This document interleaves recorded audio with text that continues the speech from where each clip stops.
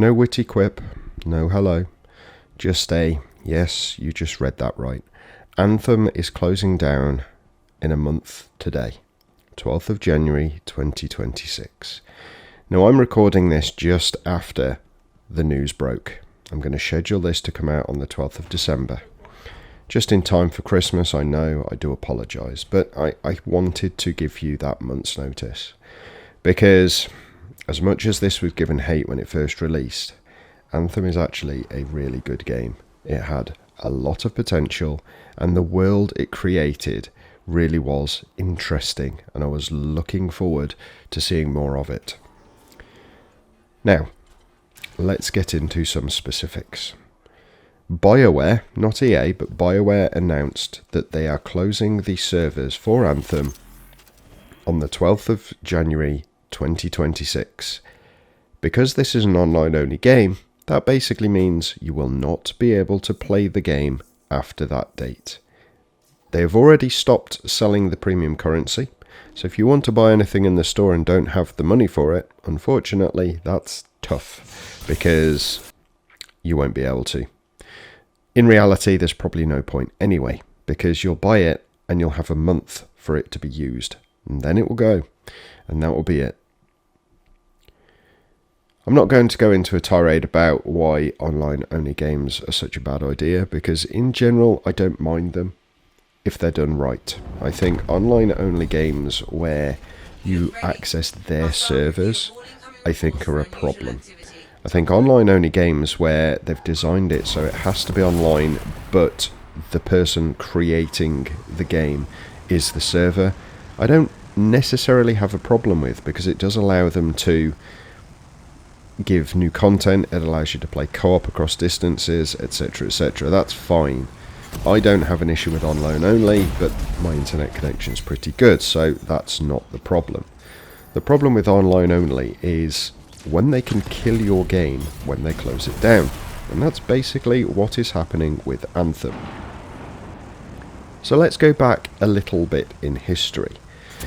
When Anthem first came out, it had its problems. I know that it had its problems. I'm not blind, and I was there when it first launched. Connectivity issues, lag, disconnections, all sorts of things occurred. Personally, I think it's because it was a generation too early. Looking at the screen at the moment, you would possibly believe that this was a PS5 version of the game.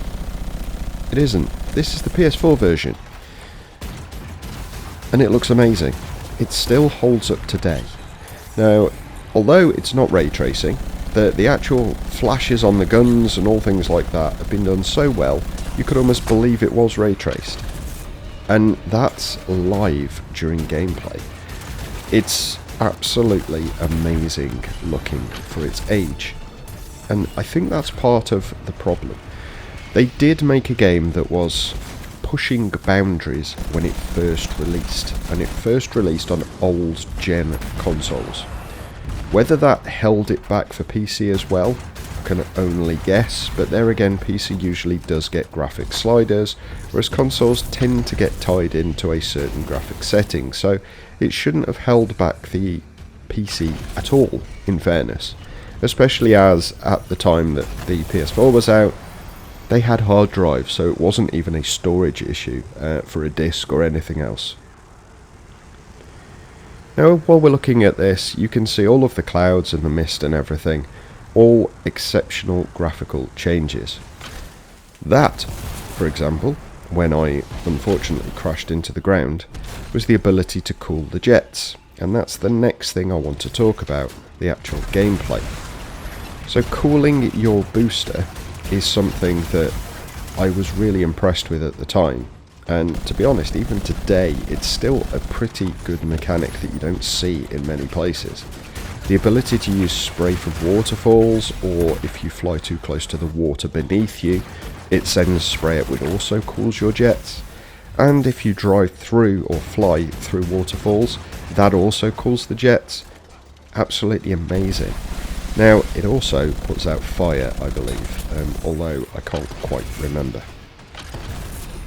Things like that really do add to the feel of connected connectivity. I want to use that term, but everyone thinks of that as online only. But connectivity with the game, so you feel immersed in what's going on screen. And that is all we can really hope for. We want an experience where we feel we're part of that experience rather than just watching from the sideline. And I honestly think that Anthem did a very good job of that, and I need to start using that term did rather than does. My real regret with this is that we are not going to experience the thrill of flight and combat from Anthem again. Now, I'm hoping somebody decides to pick up this IP, even if it means buying out EA, whatever it might be. This world, this universe, and this game deserves another chance. I think shutting it down is premature. I think they should see what happens with Dragon Age. What happens with the next Mass Effect, and they should return to Anthem based on that. Dragon Age Veilguard did not do very well. I don't mind it too much, but it's definitely no Dragon Age Origins. Mass Effect Andromeda did terribly. What the next Mass Effect is going to do, I honestly don't know. But if that does bad as well, what are BioWare actually going to do? Are EA going to shut them down completely and say, you are no longer a developer that we need because your games are not good enough? I think that's overly harsh. I think in today's gaming market, it's really hard to identify what people actually want, because there is a very big split between gamers. You have the hardcore gamers who like the Dark Souls, Demon Souls kind of games and like difficulty over story in a lot of cases. You like the easy game players who want something along the lines of the Candy Crush style gaming. But you also have the ones that just want a huge power trip. Ones who want everything almost given to them so that they can just become the most powerful they really can be. Now, it's really hard for developers to balance that. I've been talking recently to somebody about Diablo 4, where they were saying that Diablo 4 is basically just a cash grab. And when I looked at it, I thought the developers of Diablo have a really hard task, because they have a player base split between those who think Diablo 2 is the pinnacle of Diablo, and those who think Diablo 3 is. And if you put those two games side by side, they are complete polar opposites. One is slow, dark and moody, and the other one is bright and fast as a lightning bolt. So, trying to make a follow-on to those two games that's going to appeal to both of their different groups of players is almost impossible, because you need a slow, fast, dull, bright game. It just doesn't work. So Diablo 4 was trying to appeal to two different fan bases for themselves. That is really hard. Yes, it had microtransactions, which, let's face it, most games have, but they weren't pushed like some of the games, and they were just cosmetic, so I personally don't see a problem. And that's exactly the same as this game. The only cosmetics they had in the store were that, cosmetic. They didn't sell weapons, they didn't sell experience, they didn't sell quick boosters or anything like that. It was quite literally items, customization. Yes, they might have sold weapon guns, but those were only available for in-game currency. So you had to get certain things from in the game to be able to use the seasonal store to get those items. Shards, for example. So back to gameplay. Well, just the game in general. I loved the fact that you could cool your jets flying through waterfalls. I loved the shooting. It was really good, really impactful. The skills that your javelins had were just immense. The sound produced by them, the visual effects produced by them, everything about it was really well done. The lighting was great. The atmospheric effects were great. The wind and all the leaves flying towards you. You really felt at sometimes like you were in a storm. And the music was just absolutely immense. There are 2 games in history currently where I listened to the music and it actually gave me chills, and that's Horizon Zero Dawn and Anthem. Actually, maybe 3. Godfall almost comes into there as well.